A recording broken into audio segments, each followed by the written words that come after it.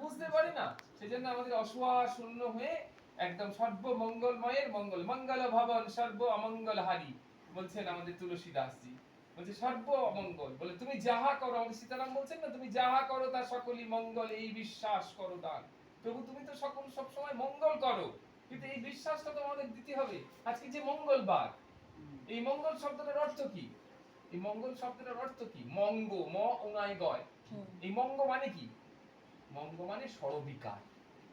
ছটা বিকার আছে: জন্ম, অস্তিত্ব, বৃদ্ধি, বিপরিণাম, অপক্ষয়, মৃত্যু। এই যে ছটা বিকার, একে এক কথায় বলা হয় মঙ্গ। আর ল মানে হচ্ছে লয়। অর্থাৎ মঙ্গল কখন আমাদের হবে না, যখন এই ষড়বিকার লয় হবে, অর্থাৎ আমাদের জন্ম মৃত্যু বন্ধ হবে, আমাদের জীবাত্মা পরমাত্মায় বিলীন হয়ে যাবে, আর কখনো জন্মাবে না। আমি সেই গোবিন্দের হয়ে যাব। মীরা যখন গোবিন্দের হয়ে গেছিল, মীরার উপর আর কেউ বিষ প্রয়োগ করতে পেরেছে? মীরাকে গালিগালাজ করতে পেরেছে? মীরার সর্বনাশ করার চেষ্টা করতে পেরেছে? পারেনি। তার কারণ হচ্ছে মীরা কৃষ্ণের হয়ে গেছে, কৃষ্ণের সঙ্গে বিলীন হয়ে গেছে। তাই আমরা যখন ভগবানের সঙ্গে একদম বিলীন হয়ে যাব পরিপূর্ণ রূপে, তখন আমাদের যাতায়াতের সব পথ বন্ধ হয়ে যাবে।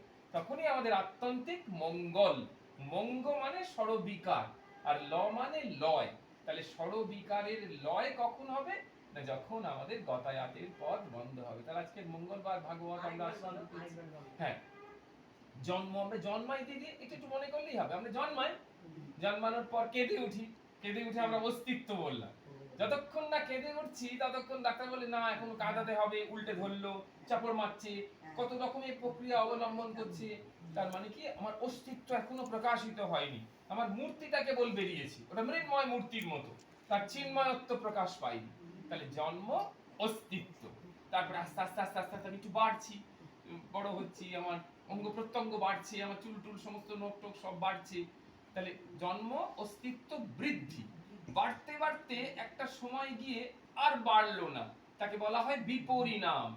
এই পর্যন্ত বেড়ে গেল যা কিছু, হ্যাঁ, নৌকার চুলটা বাড়তে থাকে, কিন্তু অন্যান্য অঙ্গ প্রত্যঙ্গ আর পরিবর্ধন হয় না। তারপরেই হলো অপক্ষয়, পরিবর্ধন হয় না কিন্তু এবার ক্ষয় প্রাপ্ত হয়। তারপরেই হলো মৃত্যু।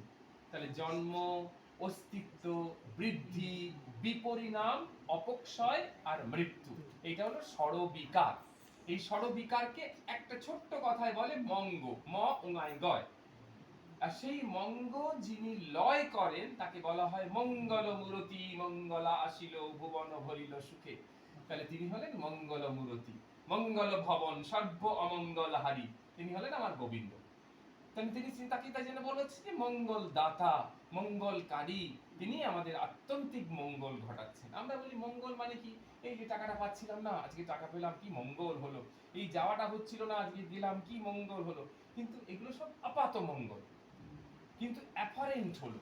কিন্তু পার্মানেন্ট কি, যখন আমার যাতায়াতের পথ বন্ধ হয়ে যাবে, ভগবানের চরণে আমরা চিরস্থায়ী স্থান লাভ করব, চিরস্থায়ী স্মরণ লাভ করব, তখন কি হবে, আত্যন্তিক মঙ্গল হবে, যে আমরা ভগবানের চরণে হলে আমরা ষড়বিকারগ্রস্ত হব না তখন।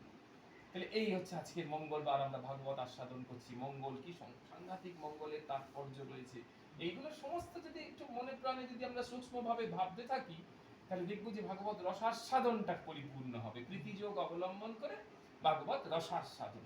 ঠাকুর বলছেন, মা আমাকে শুষ্ক সাধু করিস নে রে, শুধু জ্ঞানী করলে শুষ্ক হয়, কিন্তু জ্ঞান মিশ্রা ভক্তি থাকলে তখন কি হয়, তার মধ্যে রসসিক্ত হয়, একটু রস থাকে।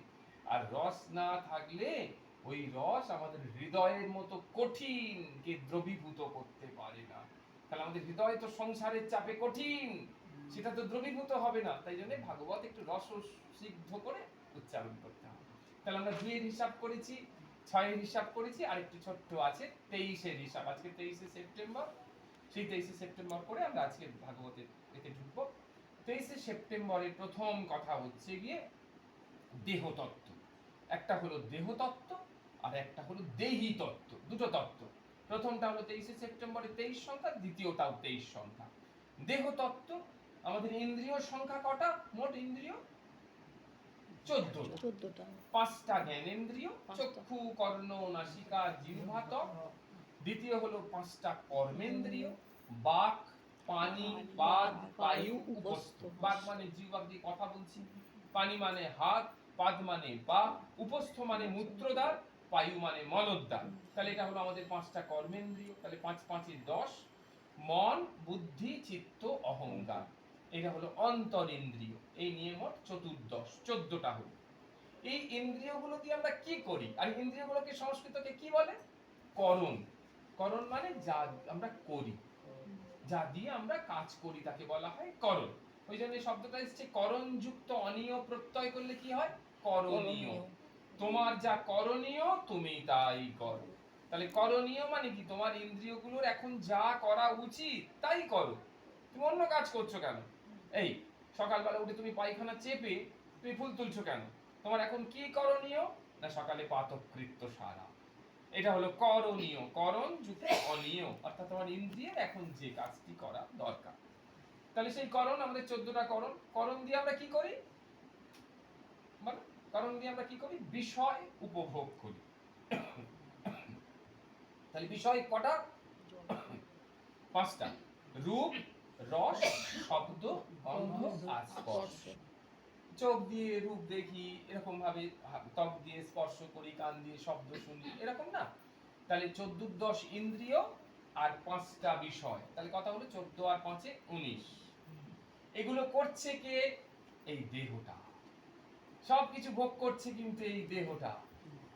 তাহলে কত কটা হলো? 19 আর 1 এ 20। কিন্তু দেহটা কতক্ষণ ভোগ করবে?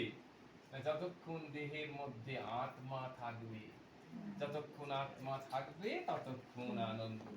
যেই আত্মা চলে যাবে আর আনন্দ নেই। তখন স্পর্শেও আনন্দ নেই, শ্রবণেও আনন্দ নেই, দর্শনেও আনন্দ নেই। চোখ খোলা কিন্তু দেখতে পাচ্ছে, কান খোলা কিন্তু শুনতে পাচ্ছে না, আত্মা নেই। তাহলে 14 ইন্দ্রিয়, 5টা বিষয়, 14 আর 5 এ 19। দেহ তত্ত্ব একটি, তার মানে 20।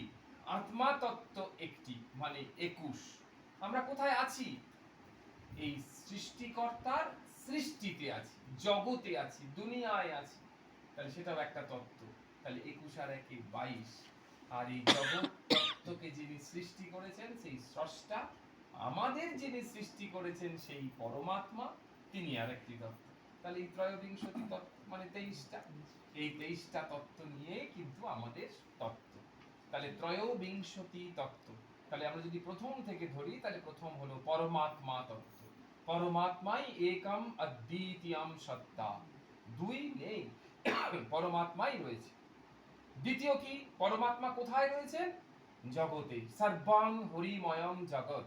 সর্বং পরমাত্মাময়ং জগৎ। পরমাত্মাময় জগৎ।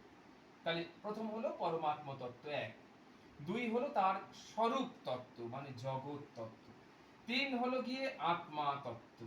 4 হলো গিয়ে দেহ তত্ত্ব। 5 হলো গিয়ে বিষয় তত্ত্ব। 6 হলো ইন্দ্রিয় তত্ত্ব। 6টা তত্ত্ব।